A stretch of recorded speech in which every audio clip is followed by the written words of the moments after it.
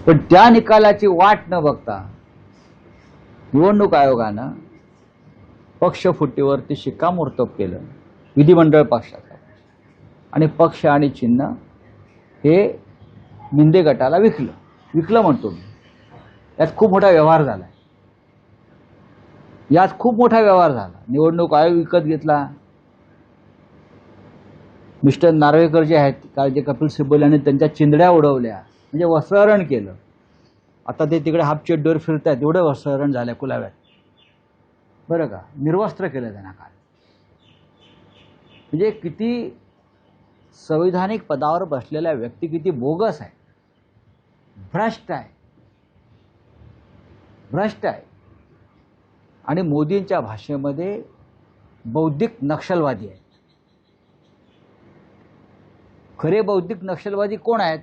जे मोदींनी सांगितलं, निवडणूक आयोग हा बौद्धिक नक्षलवादी आहे.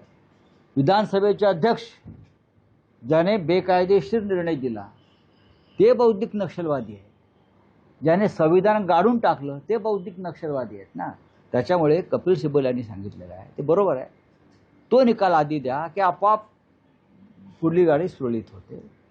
उत्तम युक्तिवाद, जबरदस्त युक्तिवाद आणि कायद्याला आणि संविधानाला धरून झालेला युक्तिवाद आहे. आणि कालच्या युक्तिवादानं अप्रत्यक्षपणे बौद्धिक नक्षलवादी कोण मोदी म्हणतात ते हे स्पष्ट झालं. आमच्या विधानसभेचे अध्यक्ष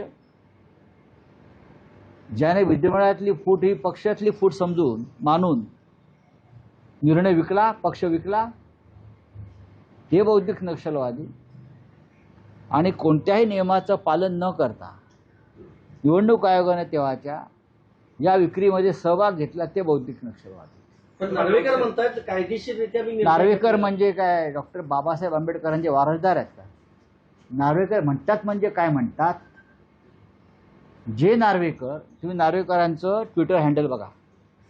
विधानसभेचा अध्यक्ष हा पक्षपाती असू नये, कोणत्या पक्षाचा नसतो, हे जर आपण स्वीकारलं तर नार्वेकरांनी जी भाजपची नवीन राष्ट्रीय कार्यकारिणी प्रसिद्ध झालेली आहे ती त्यांच्या ट्विटर हँडलवर टाकून त्या कार्यकारिणीचं महान स्वागत केलेलं आहे.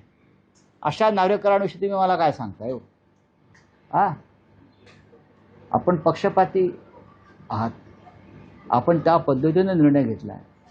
आणि मी म्हणतो ना, आर्थिक आणि राजकीय दबावाखाली ह्याच्यावेळी जर कोणाला वाईट वाटत असेल आणि मला नोटीस वगैरे येणार असेल तर मी नोटीस स्वीकारायला तयार आहे. मी वारंवार सांगतो, आर्थिक आणि राजकीय दबावाखाली हे निर्णय विधानसभा अध्यक्षांनी आणि तेव्हाचे जे निवडणूक आयुक्त होते राजेश कुमार त्यांनी घेतले.